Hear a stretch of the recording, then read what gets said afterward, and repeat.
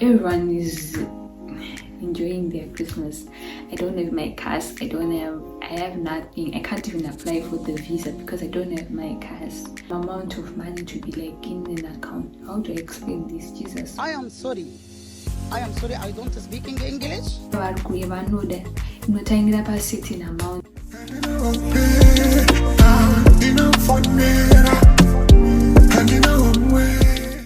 Hi guys, welcome back to my YouTube channel. If you're new here, hi, my name is Tinulaisha and this is Adulting with T. If you're a returning subscriber, thank you for watching my videos. Thank you for coming back, and this is another episode. So today I'm going to be answering some of the questions that you guys ask me day in, day out. Mostly about how I went about my application processes to the income here. So the first question, guys, I wrote my questions down because I don't own two gadgets. Okay, I do have a laptop, but that's just too much work. And I love doing my things traditionally. Guys, nothing lecture. Then there is no traditional. Anyways, the first question is, what are you studying? I'm studying accounting and business studies. What phone do you use? I'm using an iPhone 12 Pro Max. A decision on what to study. I didn't really understand this question, but I'm just going to tell you how I decided on what I was going to study. I've always been good in accounting. I didn't do accounting at A level, but I've always been good in accounting. At A level, I did business studies, geography, and computer science.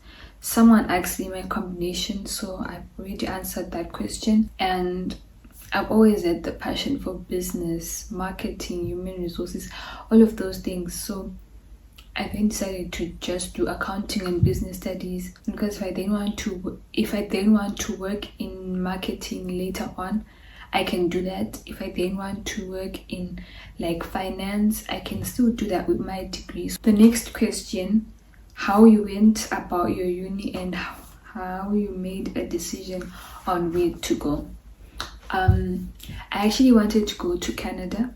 That was the initial plan. I wanted to go to Canada. I wanted UK, but for some reasons that we're not going to talk about, I actually wanted to go to Canada. Okay, let me not say I wanted UK. Rewind. I did not want UK, but it was an option. I really wanted Canada. And then I applied to University of Winnipeg. I also applied to University of, was it Windsor? I don't know how to pronounce it. And then Windsor rejected me, and then I got accepted at the University of Winnipeg. Everything was going so fine until I started applying for my visa. The first time I applied for my visa, they declined. Just so you know, I did not work with an agent for Canada. I was doing it alone. So the first application that I made to study in Canada was declined due to reasons that I will not disclose here. But we fixed that, and we applied again, but it was declined still. I'm guessing like once you get a denial, they become like more strict on you. Like they become really, really strict, because like you really have to prove that the circumstances have actually changed. And the other mistake that I made, the applications were like back to back. They didn't really give like space and time for the circumstances to change according to them. So the first one I applied was rejected. The second one I also applied was rejected again. And after the second rejection, that's when I started looking for like other options, like a backup plan. I started looking at other countries. Okay, I started looking at Australia. I wanted to apply to this business school in Australia, and then my dad went on the internet basically and just looked for like an agent who would help me to apply to Australia, because I didn't want to take any chances again. I mean, like I already got refusals. And then I actually approached a lot of agencies. What are they called? For someone who's in Scotland, English is a struggle. Anyways, I reached out to like a number, but like only one got back to me. I applied through Global Education. You can look them up on Instagram. I'm sure you find them. I told them I wanted to go to Australia. They told me I should apply to UK. And yeah, okay, sure. I applied to UK, got a place. I got accepted in September. I was supposed to start early January. Instead of applying for a UK visa, I applied for a Canada visa again. This time, we put in our we're like, no way you're going to reject this one again. Yeah, no. And then I actually don't know if I should be looking at this or there. The camera or myself, I don't know. Anyways, see how easily I get distracted.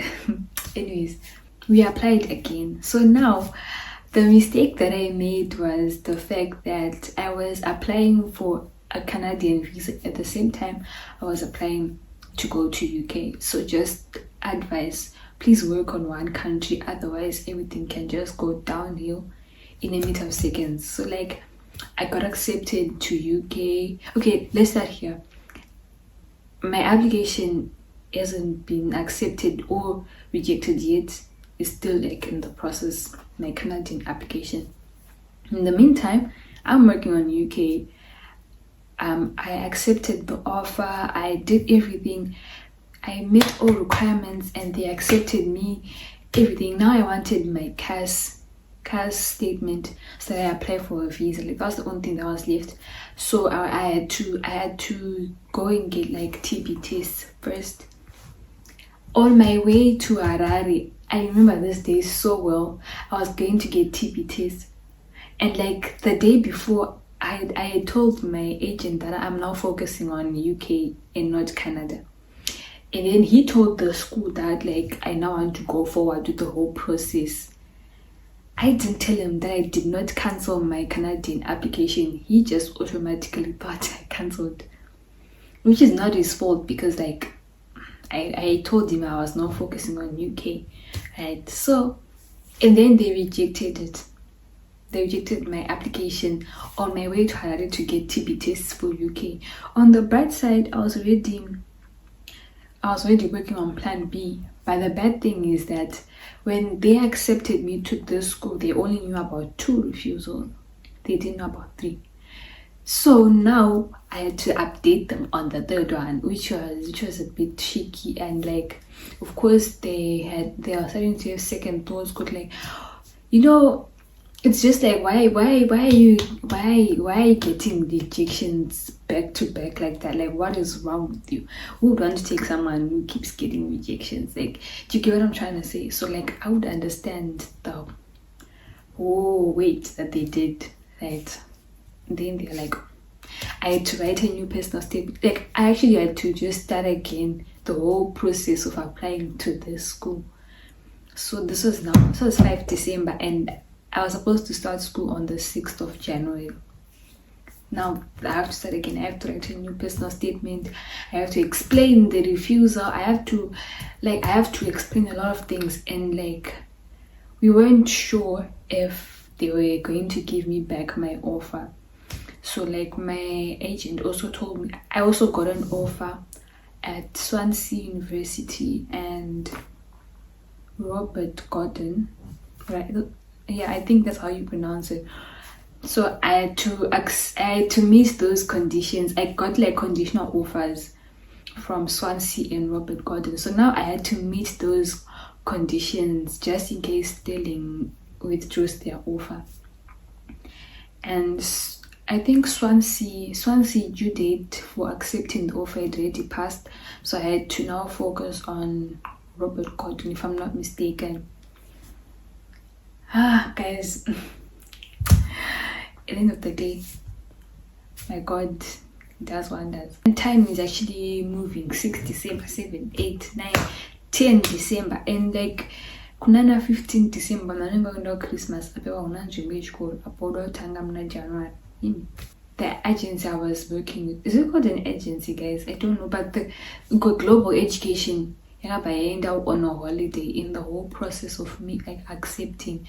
And then before that they actually gave me the offer back. Like I guess they understood. But like I had to send a lot of things for them to actually understand. I had to send bank statements, I had to send, that whole process was so long. Kushika naenda Christmas apakwatanga msa 5 December. And then the global education, they also closed for like Christmas. And I don't have my cast later. I don't have anything. I don't have, and not just global education, University of Sterling as well. Like, everyone is enjoying their Christmas. I don't have my cast. I have nothing. I can't even apply for the visa because I don't have my cast. And I'm supposed to start school in the next 2 weeks. So then after that, and then December metropera, January 6 January got to Danica. Kunana 7 January, that's when I got my cast later now. And school had already started. Oh, now I'm thinking, okay, fine, I can just apply for my visa 1 week and I go, and I don't like really have to miss out on March.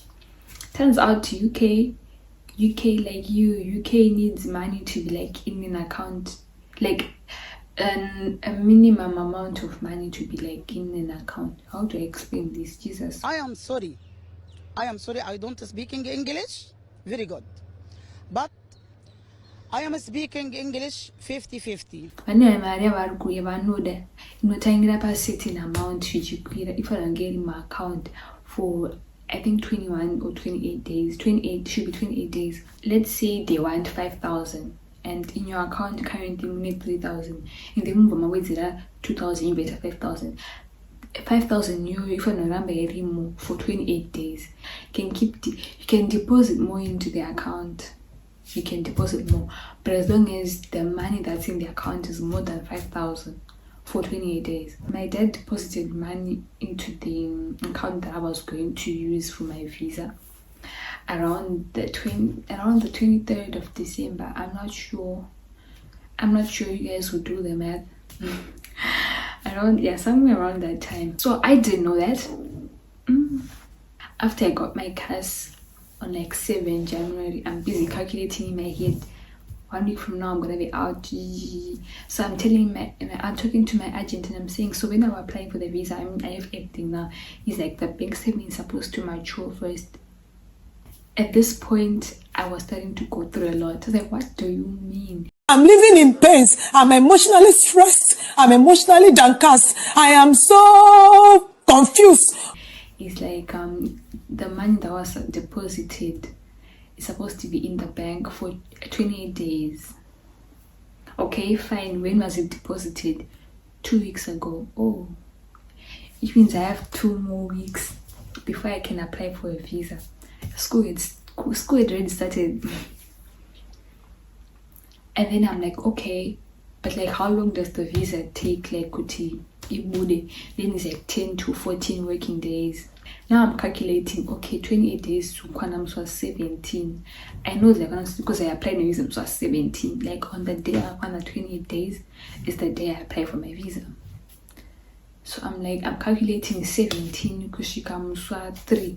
Muswa 3 was the last day I was allowed to come to school. The last day I was allowed to arrive. Now I was calculating, okay, I have 2 weeks, literally 2 weeks on the dot to apply for my visa, get ready for school, and travel. Like, on the 17th of January, max sen the thing is, applying for a UK visa, you can only, you sort of like create an account online, just give them a few of your details, what, and then you have to actually go to their offices with your documents physically, and then you can upload them online. Yeah, but I feel like the physical thing is better because, yeah, you don't want to make any mistakes. So you go with them physically, they upload the documents for you, and then, yeah, that's how they start processing the application. 17 January, I went to Harare with my documents. Easy. I applied for my visa, and guys, I tell you, that week I was fasting. I didn't want any funny business that week. That week I was like, I need to go to school. And I was already calculating how many days will it take for this visa to come now. 10 working days, 14 working days, like 10 minutes to farm. I was just praying like, can my visa just come out now?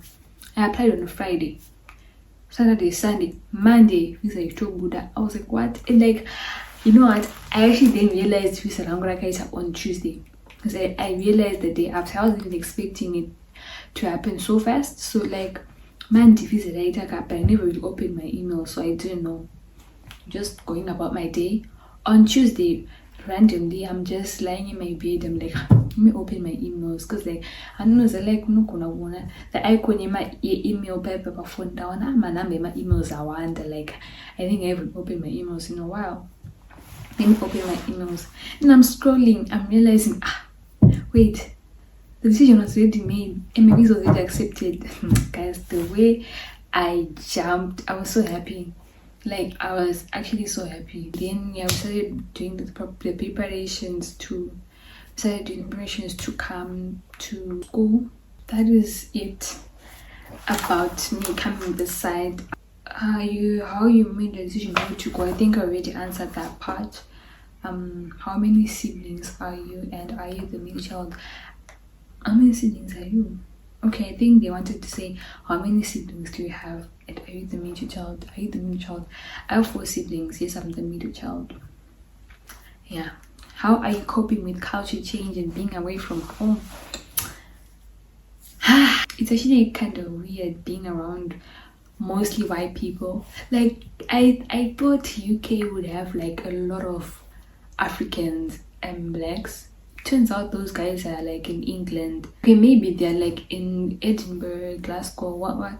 But here in Stirling, oh my days. Aren't you getting out 1, 2, 3? Like, even if you can go to the city center and come back without running into a black person.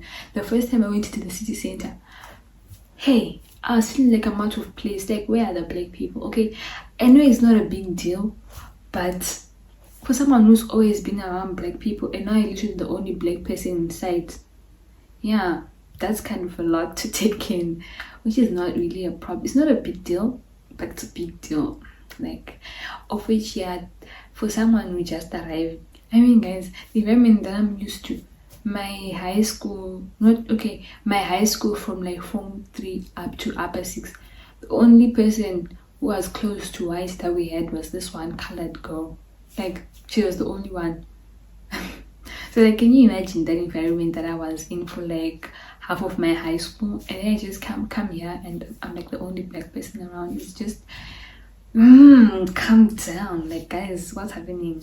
When you're like doing your shopping, because like my safe space is in my room, of which, like, guys, if you're someone who watches like a lot of movies about black people, white people, what about racism, it will actually affect you like that, because the people are actually so nice. They're the nicest people ever. I have not experienced racism, and I don't know, I'm not looking forward to it, but these people are like the nicest people ever. They are so nice. Like, they are so nice, but like, just in my head I have this picture, and at the end of the day I'm the problem, because why?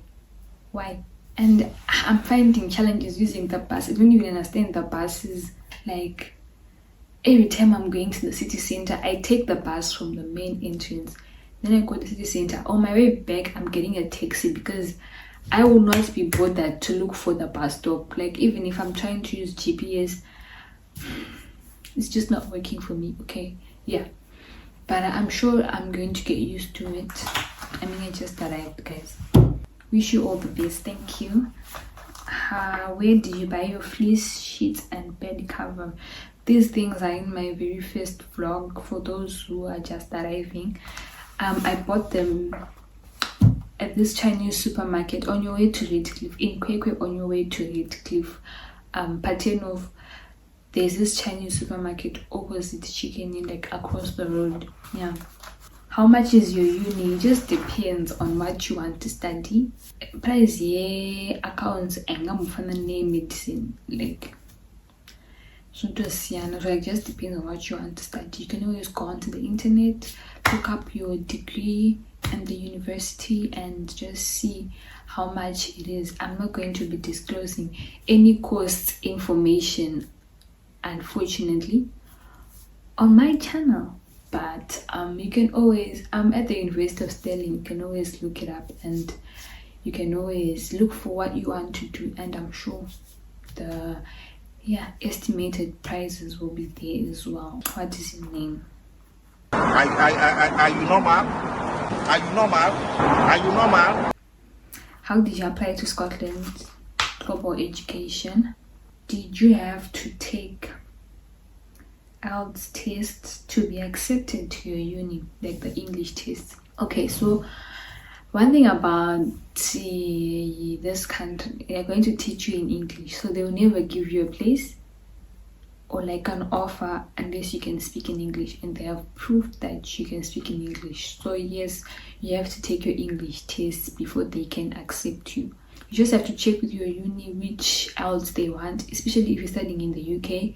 They don't usually take the general IELTS, those ones. You have to write the IELTS for UK visa. Are you on a scholarship? No, I am not on any scholarship. Yeah, if you want a scholarship, you can always talk to your agents and I'm sure they can work something out for you. But I doubt if there's like 100% like scholarships, everything is paid for. No, I think you mostly get like discounts. Yeah, something like that, discounts. Yeah. And those are all the questions. If you still have other questions, you can just leave them in the comment section and I'll probably answer those questions on my Instagram. So if you don't follow my Instagram, it's in my intro. So yeah, make sure you follow my Instagram. And that's it for today, guys. Thank you so much for watching. See you guys in the next video.